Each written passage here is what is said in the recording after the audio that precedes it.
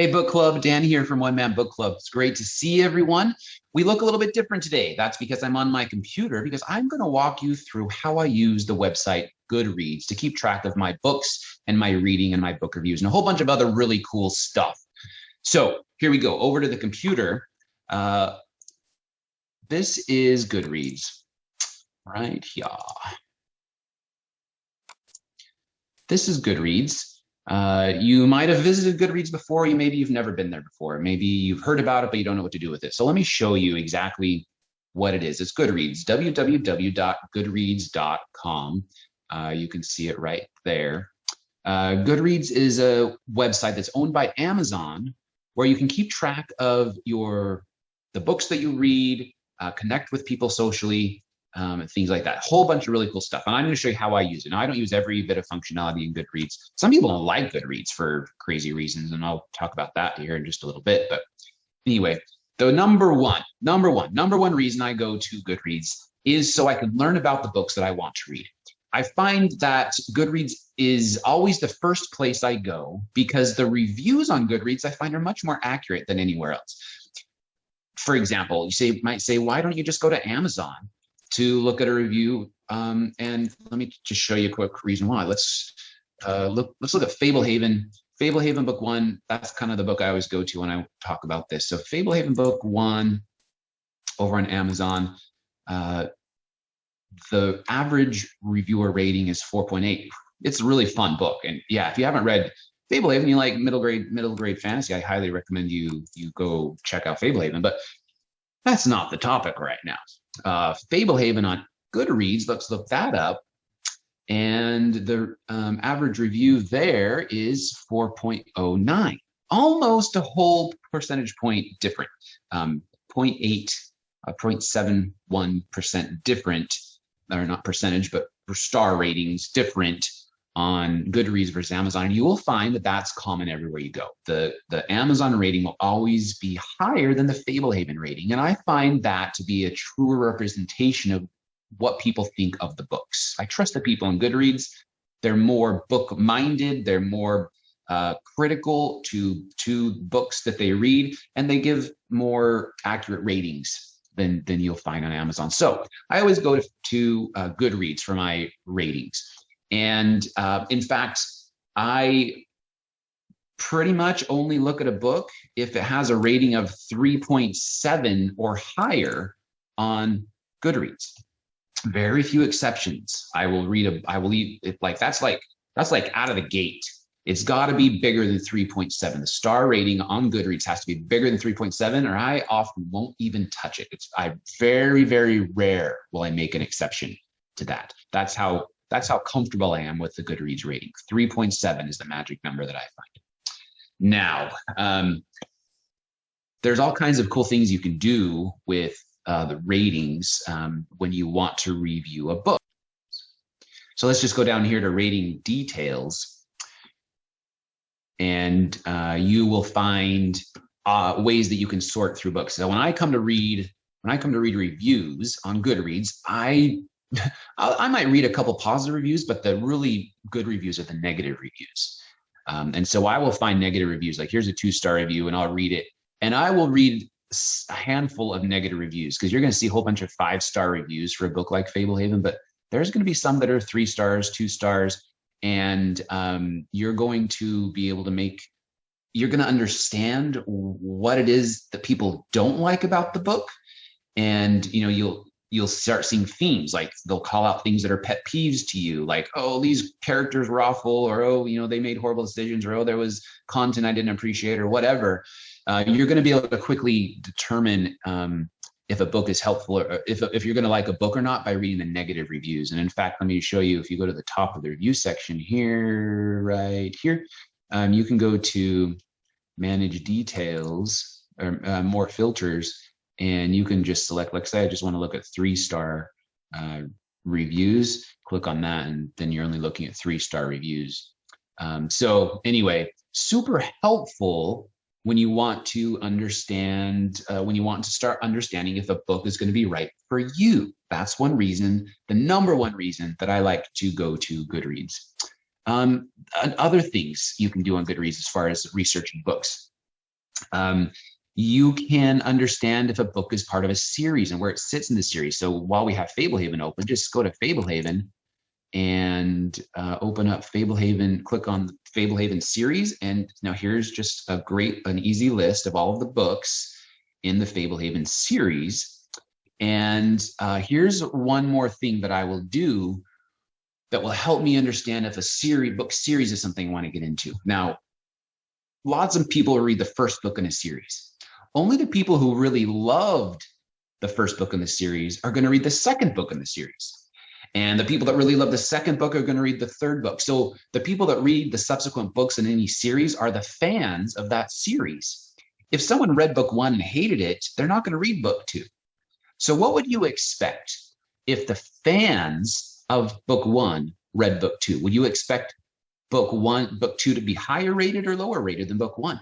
Well, if book two was great and helped the fans feel happy about what they read, then they're going to rate book two higher than they rated book one, and book three and book four, and so on. So when you look for a book series, make sure you look for book series that have increasing ratings as they go in the series. For example, book one of Fablehaven, 4.09, book two, 4.16, book three, 4.29, book four, 4.38, book five, 4.44. So all 5 books in the series get progressively better rated.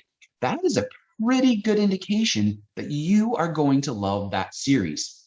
It works. I've tested it over and over again. Let's check one where we know it's not going to work.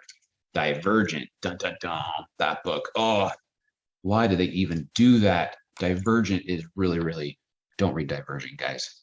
Let's look at Divergent. It's rated 4.17 on Goodreads. Now, based off my criteria 3.7, this is a book that I probably would like, and I'll go down here and I'll read the reviews, and I'll discover what people loved or didn't love about it, and then I'll say, okay, well, what about the series? Because it's a series, so I'll click on Divergent number 1 there, and it'll take me to the series. Now let's go find book. There's some what do you call them, prequels. Let's go find book 1. There's book 1, 4.17.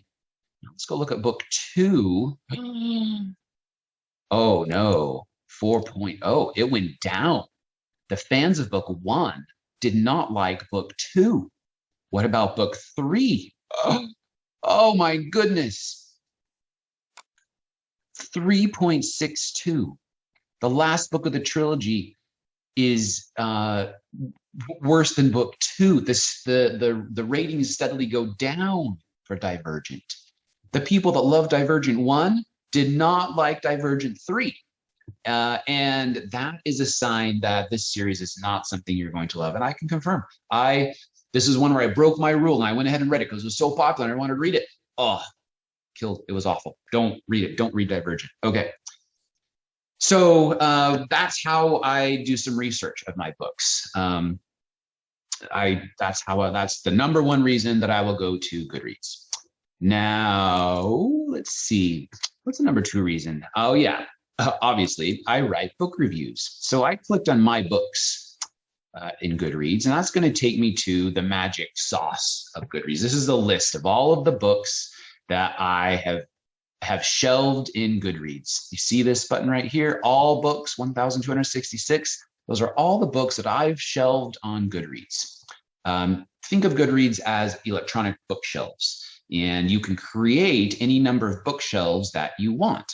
I'll talk about that in just a minute, but that's when I say all of my shelved books, I've shelved my books in Goodreads. Now, the ones I've read here, 847 of them, those are the ones that I have read and marked as read. And most of them, personally, I've written book reviews for. And that's the number 2 thing that I do on book review on Goodreads is I come here to write book reviews. Now, book reviews on Goodreads. Let's say this is a book that I have read recently, Children of Time by Adrian Tchaikovsky. Amazing book. Different topic for a different video, but amazing book. I haven't started the review on that book yet. So let's just go to edit over here where I can edit my book review. I can give it a rating, a star rating. I can choose the shelves where I think this book belongs. Like this book belongs for, let's call it, 18 and up. And then I can write my review here. This book was awesome. Now, that's not my review. You know, I write a lot more reviews than that, but that's just an example. I write your review. Now, the dates read section right here. This is super important when you're using Goodreads. Make sure that the date read section is correct. Mostly the date finished, particularly the year finished. And I'll show you why that's important in a little bit. But anyway, you can add, if you read the book more than once, you can add additional read dates. You can make some notes that are private for you. You can mark that you own a copy of the book, which I do, so I'll mark that. And then just like Facebook, there's a feed here, like a news feed, and you can mark or unmark this box to add it to your news feed so your friends on Goodreads can see it. So I'm going to just save this, hit post. I don't want to share it to my page yet because I haven't written the book review for it. But anyway, I come here to write book. Now, personally, what I do is I keep my book review stored in two places. I write the book review here, and then I copy it and I paste it into my into the website, One Man Book Club. That way, they're safe. I've got them in two different places, and I feel like I have an extra bit of protection that way. So I write my book reviews on Goodreads first, and then I just copy and paste them over to One Man Book Club. Now, I mentioned recording the dates. Super, super important, because one of the coolest things about Goodreads is you can record your reading history, and it will keep track of it for you. So let's go to, if I just scroll down here and I look at my reading stats, you will see that every year that I've managed my Goodreads account, it's got my reading history recorded. And I always like pointing this out. Can you guess which year is the first year I had I got my Kindle e-reader? Yeah, Christmas 2011. It's the first year I got my Kindle e-reader. You can see how it changed my reading life by the number of books that I have read every year since then. And I'm on track this year to hit probably around 70, 75 or 80 books again this year. You can keep track of, it will record the pages that you've read, publication year of the books that you've read. It looks a little bit different. It's on a different kind of a chart. So these are the years that when I read the book, and these are the publication dates of the books that I read. So anyway, lots of different pages over time, anyway, lots of different slices and dices. But you can keep track of your reading history, and it's really, really fun and satisfying to see your reading history come alive. A couple other things you can do on here. Let's go back to my books. And if you go down to the toolbar down here, a few things you can do down here that are cool.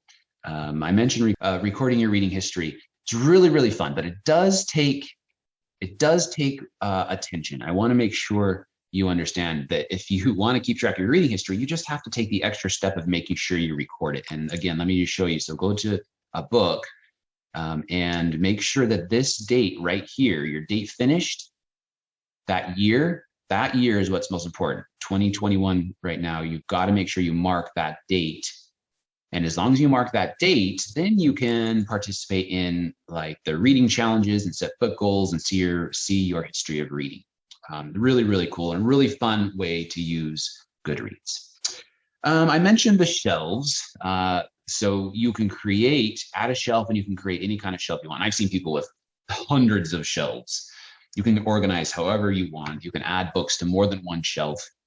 You can change when you're looking at your bookshelves under your My Books. You can change what you're looking at or how you like the column headings right here. So like, for example, go to settings and I want to see like number of pages. Sometimes I do this. I'll choose number of pages, and now where'd it go? Here it is. Number of pages in each book is listed there, and then it becomes a sortable column, and you can click on it and sort by the number of pages. So the longest book in my collection is The Blind Stories of Anne of Green Gables. Les Mis is the largest single book. The whole Inheritance trilogy is on there. There's War and Peace. There's The Stand, some really long books. So anyway, that is a cool way you can use Goodreads too, just to keep track and sort through and find the books that you've read. Now, let's see what else I want to tell you guys about. Oh yeah, the reading challenge. So every year, let me click home for this one. Every year, Goodreads creates a reading challenge, and they have it pretty prominent on their site here. The reading challenge. Let's see. I'll click view challenge. So I set a goal every year to read a number of books. 60 books is what I set my goal to be. This year I'm on 52, and I always sandbag my goal. I know I'll hit more than 60. I just don't want to have a goal that I can't hit. So I always set a low goal. Anyway, you can see on the right-hand side over here, all of my years of reading goals. So yeah, you set my goal low and always hit high. Sometimes some years I did 75. One year I did 80 and barely made it. Barely made those 80 years. So I started setting it at 60. And it felt better because it made it so I wasn't stressed out at the end of the year trying to find short books to read. And then your friends down here, you can see their goals and how they're tracking in their goals. You can look at the books that you've read over the year. Here's the 52 books that I've read so far this year. Anyway, it's a cool way to keep track of your set reading goals each year. One of my favorite parts of Goodreads is the reading goals section. Now, you can also connect with friends. This is now the homepage. The homepage is where you can see like your news feed, just like you're on Facebook. Then if you scroll down, you'll see the updates from my friends, and you can like and you can comment and you can have conversations about the books that folks are talking about. To be honest, I'm not a super active commenter on Goodreads. I don't find there's a lot of engagement there. I prefer to take my engagement back to Facebook on the groups that I have set up there. Let's Talk Books by One Man Book Club, and also One Man Book Club page, the One Man Book Club page on Facebook. So I prefer to have social engagements there, but I do come over here occasionally to scroll through and see what's going on and get ideas. And I'll like or I'll comment when I find that it's valuable. I've connected with authors on Goodreads. You can send intra Goodreads mail to each other, and that's been really helpful. I've started some good connections that way via Goodreads. So connecting with friends is another thing you can do on Goodreads that I get a lot of value out. Let's see, what else? Oh, one thing you can do is follow your favorite authors. So if you wanted to search for an author up here, like Brandon Sanderson, authors will have author pages. So here's a list of Brandon Sanderson books, and if I click on Brandon Sanderson's name, it will take me to Brandon Sanderson's homepage, and you can follow your favorite author and get updates that they post on Goodreads. And the authors usually will keep the authors who are engaged will keep their Goodreads platform updated, because they know that people are there, and they're true bookworms that are on Goodreads. So it's a good way to get a hold of people. But that's something else that's cool that you can do on Goodreads. You can automatically add your Amazon purchases. So Goodreads is owned by Amazon. You can view your book purchases and add the books to your to read pile, or to your shelves that you want to. So these are the recent books that I've added to my collection from Goodreads. And so I'll just click want to read on these, and they will automatically be added to my bookshelf back over here. So that's something else that you can do that's helpful. You can, so how if you're reading on a Kindle e-reader or a Kindle device, you can highlight or take notes of your book in the book. If you click on Kindle Notes and highlights right in Goodreads, your notes and highlights on your Kindle are synced to Goodreads. So you can actually find them there and review them. Like, what did I highlight in Alcatraz 5? You click on that and it will bring up this apparently is what I highlighted in chapter 5. So what else on Goodreads? There's a really cool Chrome extension. So if you go to Chrome and search for extensions, you can find a Chrome extension. This is back on Amazon again. See these red stars right here? This is a Chrome extension I have enabled that actually tells me what the Goodreads rating is. So here I have the Amazon rating and here I have the Goodreads rating. I find that really, really helpful for my research. And then if I click this button, it'll take me straight from Amazon straight to the page on Goodreads. So anyway, that's super helpful as well. Your history is your own, meaning if you ever wanted to download your history into like a CVS file or Excel spreadsheet, you can. If you go down to import and export, if you have, you can export your library and it will export all of the books that you've read and all of your reviews and all of your reading history into one document that you can go do something else with. In fact, when I started my blog, One Man Book Club, I actually exported my entire Goodreads collection and then uploaded it into my website. So I find that really valuable. Let's see. It syncs to your Kindle too. Let's just go home here and just kind of talk about a couple of things. It syncs to your Kindle.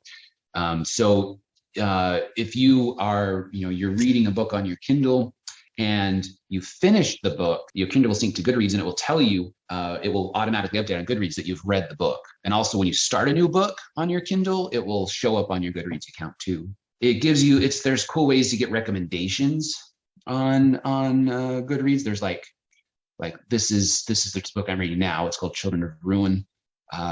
If you go to any book page, you'll get this page right here. Readers also enjoyed. And you can click on see similar books and you'll see books that are similar to any book that you're looking at, any book that you're reading. I find that's really, really helpful. And when you go to my books, if you go to recommendations, Goodreads will look at the books you have on your specific shelves. Like for example, I have a shelf called Books I Love. I put all of my most favorite of all books in Books I Love.